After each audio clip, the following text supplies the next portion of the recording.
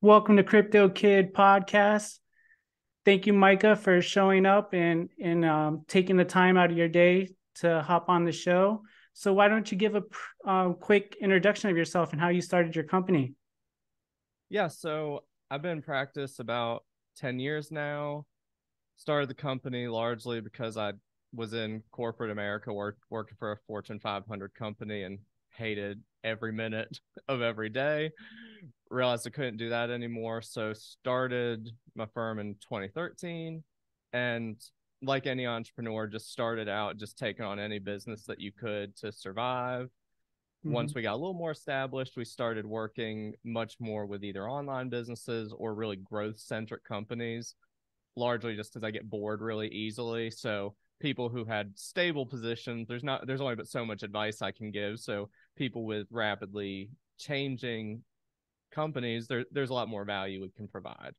So we've been doing that for about a decade, and then a couple of years ago, got into crypto mostly as an investor and a hobbyist, and very quickly realized in trying to do planning for myself that there's next to no guidance out there and Mhm. very, very few CPAs who seem to understand it. So kind of ended up here on accident just because we were blockchain enthusiasts and needed to do tax planning, and kind of just as we started doing it for ourselves and talking to people in Discord groups, realized there was a lot of need. So that's kind of the 30-second rundown of how we got here.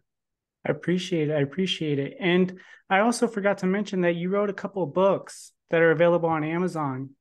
That's pretty Yeah, exciting too.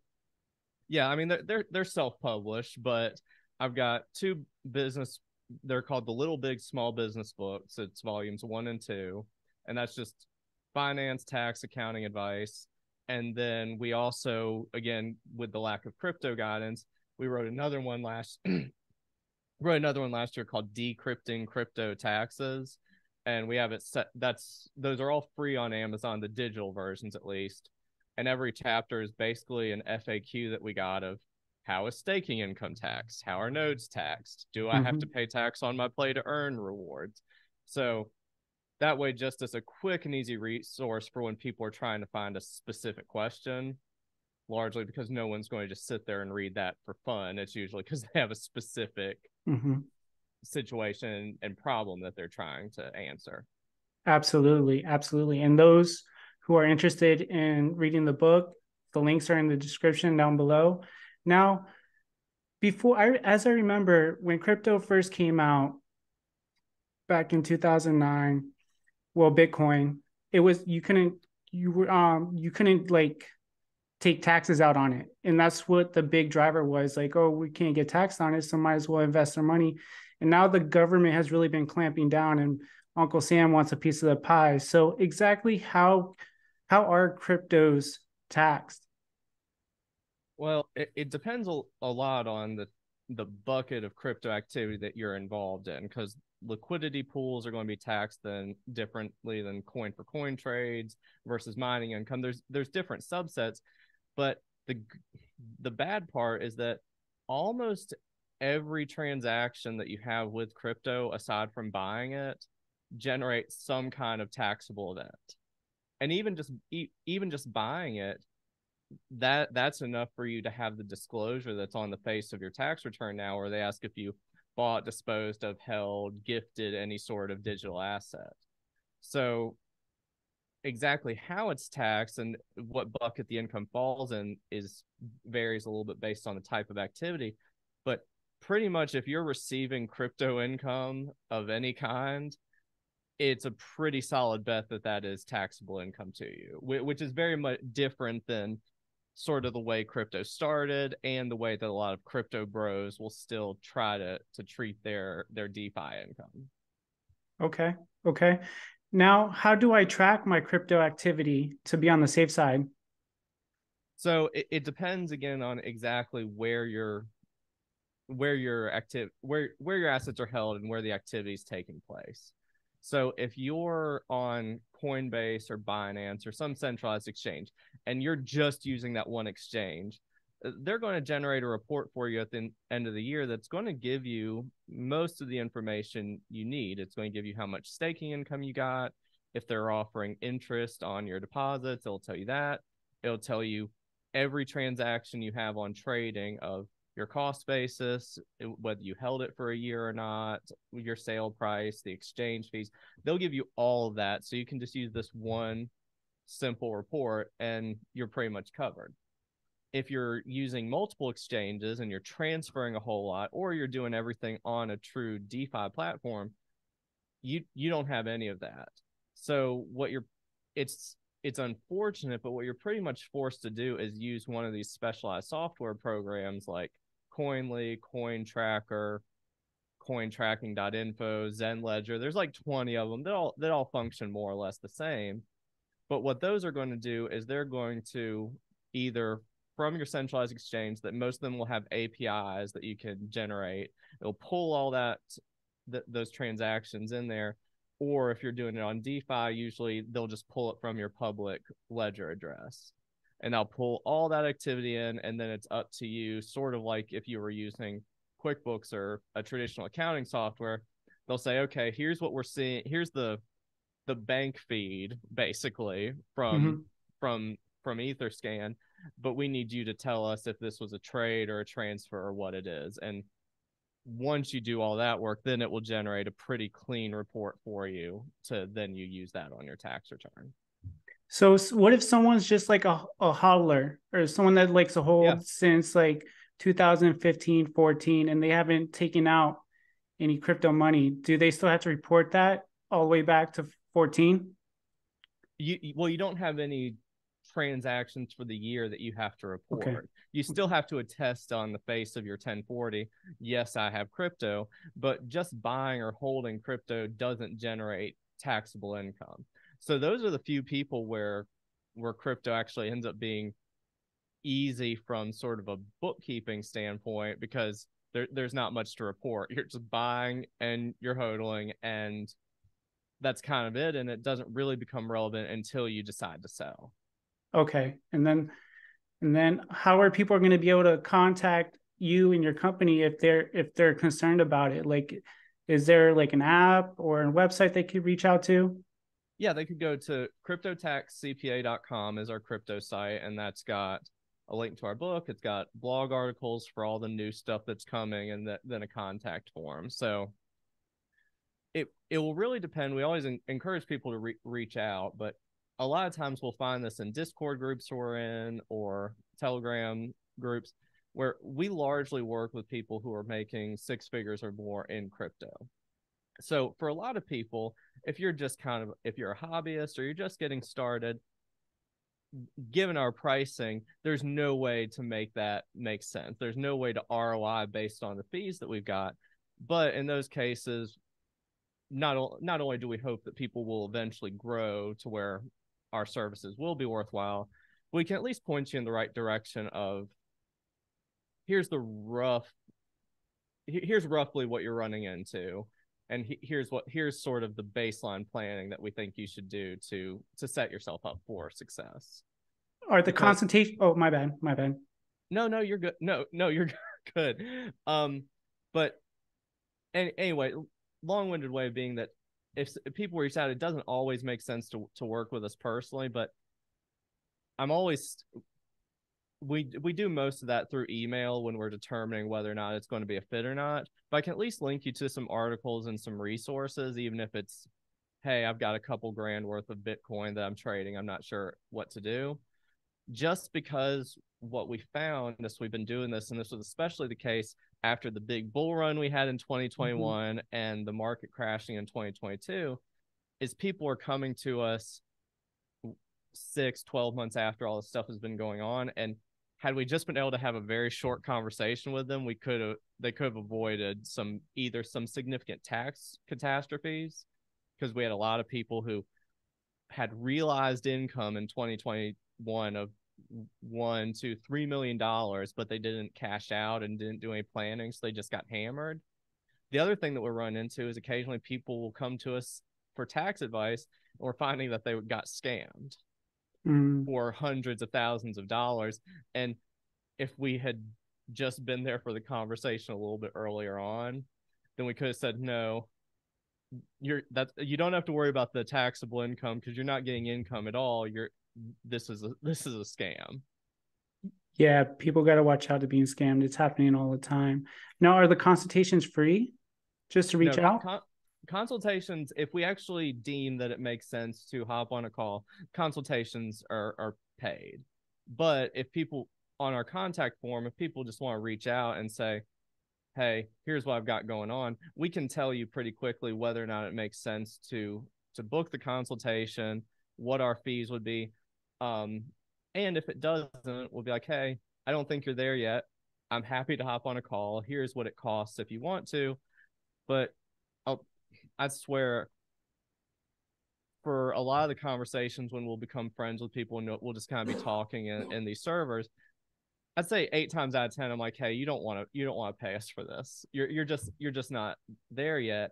But here's kind of the pitfalls I would avoid. Here's just some pointers so that you don't just get hammered, because that's given the lack of clarity in the space, which is pretty insane how little clarity there is. The IRS has only issued guidance on like 5 different things as it relates to crypto.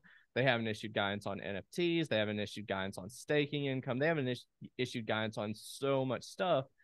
What will happen is people are kind of just flying by the seat of their pants, and they're just kind of they're making bad decisions because of that. And I'm always happier to take 5 minutes in an email going back and forth with someone to give them a little bit of a baseline versus they do something drastically wrong and then end up with not only a massive tax bill, but given the volatility in the space, they have a massive tax bill, and they also sometimes don't even have the portfolio anymore to pay the tax bill because they kept everything in their crypto portfolio, and the token they were investing in went down 90% or something crazy.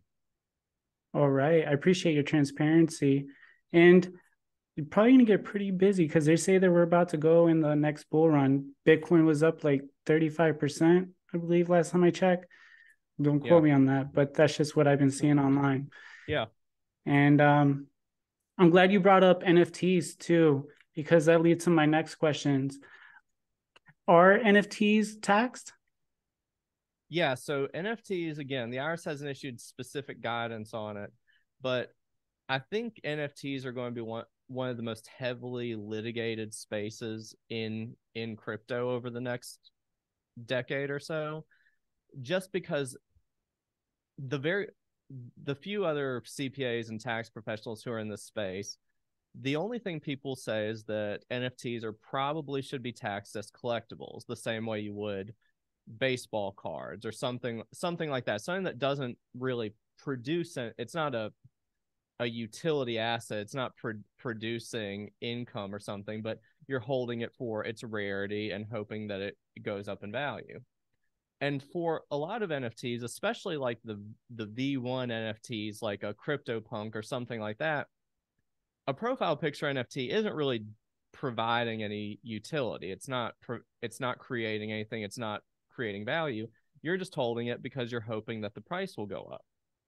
So for those kind of NFTs, them being taxed as collectibles when you sell them is probably pretty solid guidance. But NFTs can kind of be whatever you want them to be. The example I'll give is I'm in a Discord server that's on NFT trading, and the way you get access to the server is by buying and holding an NFT, and then they'll use one of these verified bots to make sure that you hold the NFT in your wallet. That's how you get access to the server. But the membership is only for a year. It expires at the end of 2023.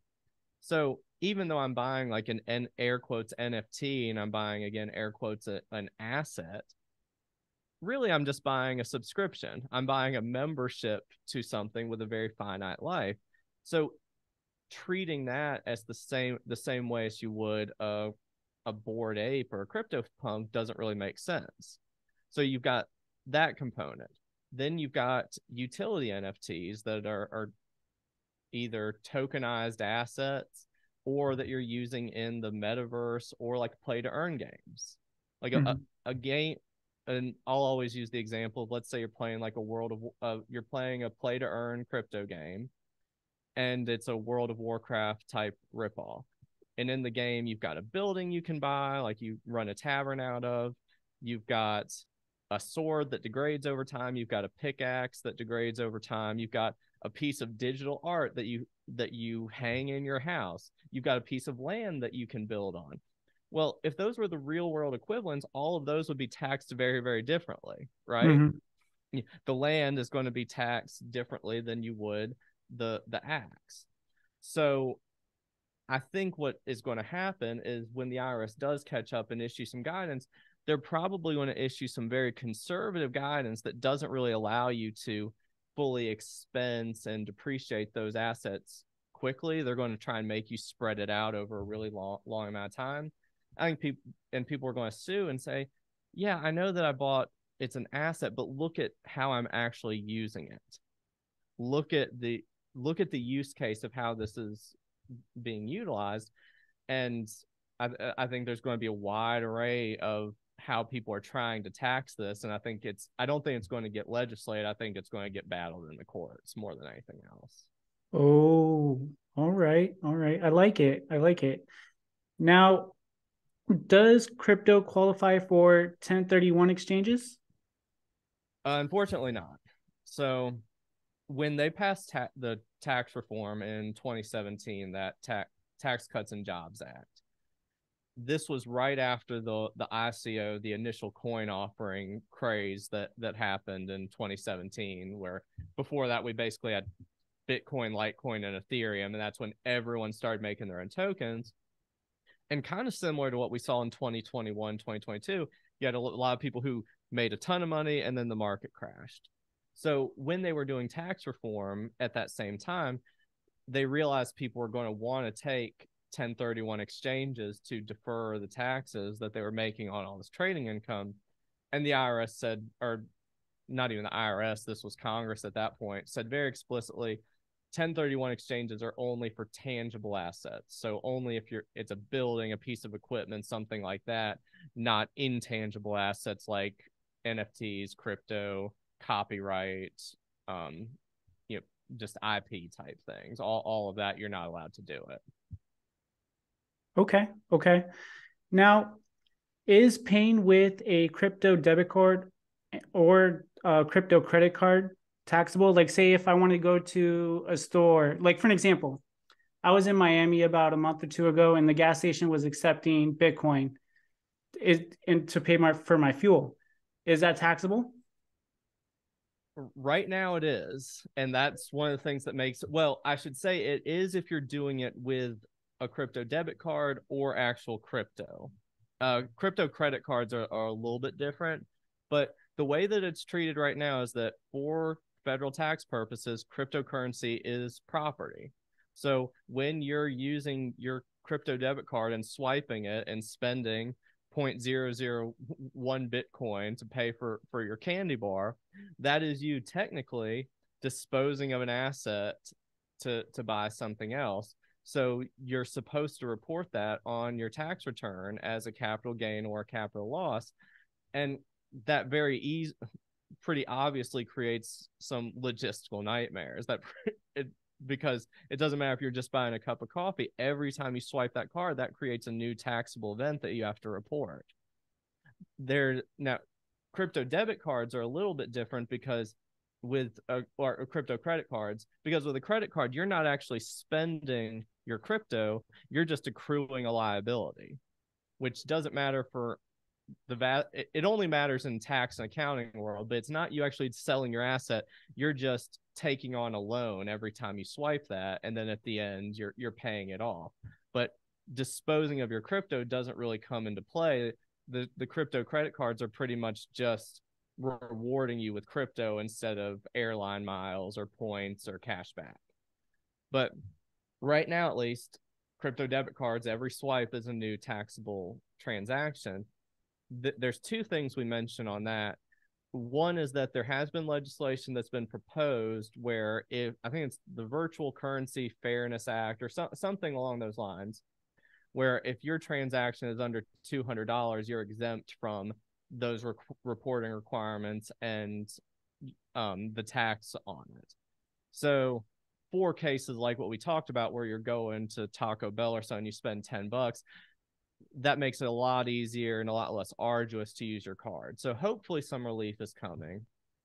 The other thing is that if you are using a crypto debit card, in the meantime, until that legislation gets passed, what we'll tell people to do is, if you're holding any stable coins, probably just load it up with your stable coins, because even if you then have to report the transaction, it's going to be a wash, because if you're swiping it for $1 and then your cost basis is $1, you're not going to have a gain or a loss that you really have to report on that.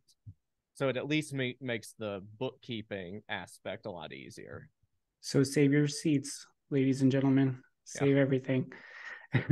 So how are you guys staying acclimated to the changing of regulations and new laws? I mean, we've had to get some hefty subscriptions to the changing landscape, because we found that if we were just trying to rely on sort of the accounting rags or just the news bulletins that we typically would, they're not crypto focused enough. So the news we would be getting would be days, weeks, months later than the court cases happened. So that's been the main thing that we've had to do, aside from just being in the space and trying to stay acclimated in what's happening within the general market itself. That's been the main thing we've had to do, is just pay quite a lot for these new subscriptions. We would have gotten the news eventually, but trying to stay up to date on it, the only way to do it is to pay for these sort of specialized subscriptions that focus specifically on it. And I'm sure it's well worth it.